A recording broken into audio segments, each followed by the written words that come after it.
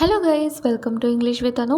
இந்த வீடியோவில் நம்ம தினசரி நம்ம வாழ்க்கையில் பயன்படுத்தக்கூடிய 25 சென்டென்சஸ் தான் பார்க்க போகிறோம். ஸோ நோ ஃபர்தர் டிலே, வாங்க வீடியோக்குள்ளே போகலாம்.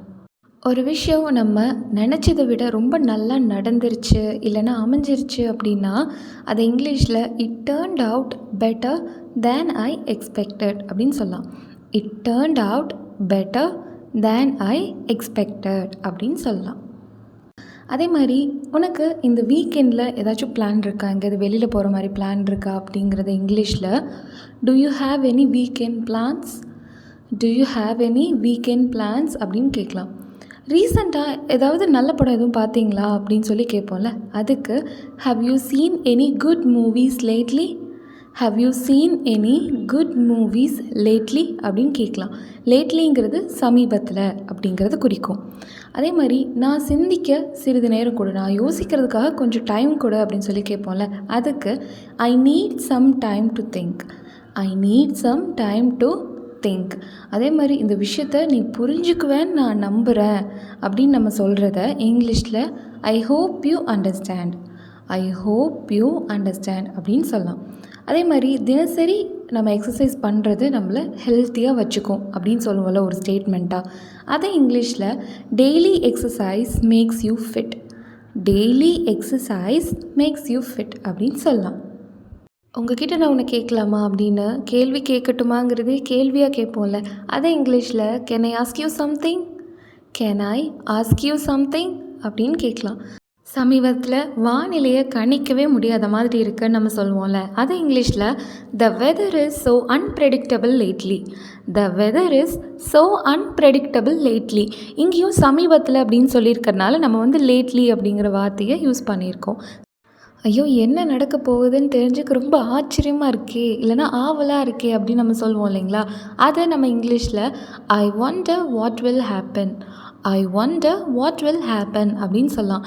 அதே சென்டென்ஸ் ஸோ அடுத்து என்ன நடக்கும்னு தெரிஞ்சுக்க ஆவலாக இருக்குன்னு நம்ம சொல்கிறத ஐ wonder what will happen next, I wonder what will happen next அப்படின்னு சொல்லலாம்.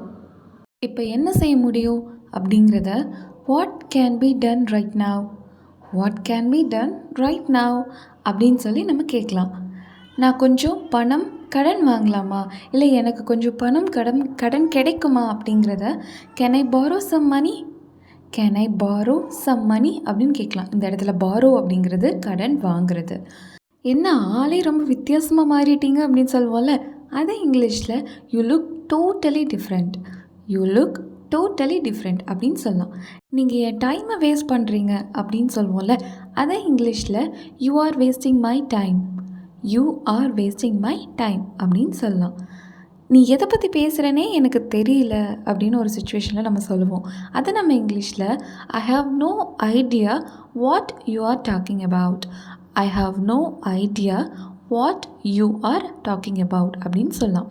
சாப்பிட இல்லைனா குறிக்கு ஏதாவது வாங்கிட்டு வரலாம் அப்படின்னு சொல்லுவோம்ல, அதை ரொம்ப கேஷுவலான இங்கிலீஷில் let's graph something to eat, let's graph something to eat அப்படின்னு சொல்லலாம். எனக்கு வேலையில் பதவி உயர்வு அதாவது ப்ரொமோஷன் கிடச்சிருக்கு அப்படின்னு சொல்கிறத I just got a promotion at work, I just got a promotion at work அப்படின்னு சொல்லலாம். அண்ட் நெக்ஸ்ட் நீ தான் என்னோட சாட்சி அப்படின்னு சொல்லுவோம்ல, அதை you are my witness, you are my witness அப்படின்னு சொல்லலாம். நான் சொல்கிறத கேட்கணுன்னா கேளு, இல்லைனா நீ பாட்டுக்கு போயிட்டே இரு அப்படின்னு சொல்லுவோம்ல, அதை நம்ம இங்கிலீஷில் take my words are just leave, take my words are just leave அப்படின்னு சொல்லலாம். நீங்கள் ஏன் எதுவுமே சொல்லாமல் இருக்கீங்க, அப்படி இல்லைன்னா நீங்கள் ஏன் எதுவுமே சொல்லலை அப்படின்னு நம்ம கேட்போம்ல, ஸோ அதுக்கு நம்ம why aren't you saying anything, why aren't you saying anything அப்படின்னு நம்ம கேட்கலாம் இங்கிலீஷில். என்னை ரொம்ப வற்புறுத்தாதீங்க அப்படின்னு நம்ம சொல்லுவோம்ல, அதை இங்கிலீஷில் don't force me, don't force me அப்படின்னு சொல்லலாம். என் காரோட சாவியை நான் ரூம்லேயே மறந்து வச்சுட்டு வந்துட்டேன் அப்படின்னு சொல்கிறத I left my car key in the room, I left my car key in the room அப்படின்னு நம்ம சொல்லலாம். நீங்கள் எப்போவாவது தியானம் பண்ண ட்ரை பண்ணியிருக்கீங்களா? அதாவது தியானம் செய்ய ஒரு முயற்சி பண்ணியிருக்கீங்களா? அப்படின்னு சொல்லி கேட்போம்ல யாரையாவது. ஸோ அதுக்கு நம்ம have you ever tried meditation? Have you ever tried meditation அப்படின்னு சொல்லலாம். ஸோ எப்பயாவது பண்ணியிருக்கீங்களா? எப்போவாவது இப்படி பண்ணியிருக்கீங்களா? அப்படின்னு நம்ம கேட்குறதுக்கு எவர் அப்படிங்கிற வார்த்தை நம்ம யூஸ் பண்ணணும். So have you ever tried meditation அப்படின்னு நம்ம கேட்கலாம். ஸோ எனக்கு தொண்டை வலிக்குது அப்படிங்கிறத இங்கிலீஷில் I have a Chor throat அப்படின்னு சொல்லலாம். I have a Chor throat அப்படின்னு சொல்லலாம். ஸோ த்ரோட் அப்படிங்கிறது தொண்டை, அது எல்லாத்துக்குமே தெரியும். சோர் த்ரோட் அப்படிங்கிறது தொண்டையில் ஏதாவது வலி, வீக்கம் அந்த மாதிரி இருந்துச்சு அப்படின்னா நம்ம சோர் த்ரோட் அப்படிங்கிற வார்த்தை பயன்படுத்தலாம். உங்களை எங்கேயோ பார்த்த மாதிரி இருக்கே அப்படின்னு நம்ம சொல்லுவோம்ல, அதை நம்ம இங்கிலீஷில் it seems I have seen you somewhere. It seems I have seen you somewhere அப்படின்னு நம்ம சொல்லலாம். ஸோ உங்களை பார்த்த மாதிரி இருக்குது, அது மாதிரி இருக்குது, இது மாதிரி இருக்குது, அந்த மாதிரி மாதிரி நம்ம யூஸ் பண்ணுவோம்ல, அந்த சென்டென்ஸில் நம்ம சீம்ஸ் அப்படிங்கிற வார்த்தை யூஸ் பண்ணலாம். இட் சீம்ஸ் அப்படின்னா அப்படி மாறி தெரியுது அப்படிங்கிறது தான் அர்த்தம். அவ்வளோதான் எண்ட் ஆஃப் த வீடியோ.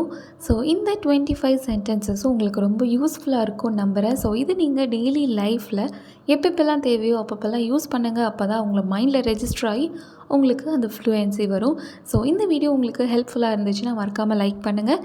இந்த மாதிரி நிறைய வீடியோஸ்க்காக நம்ம சேனலை சப்ஸ்கிரைப் பண்ணிக்கோங்க. இன்னொரு வீடியோவில் பார்க்கலாம். பாய்.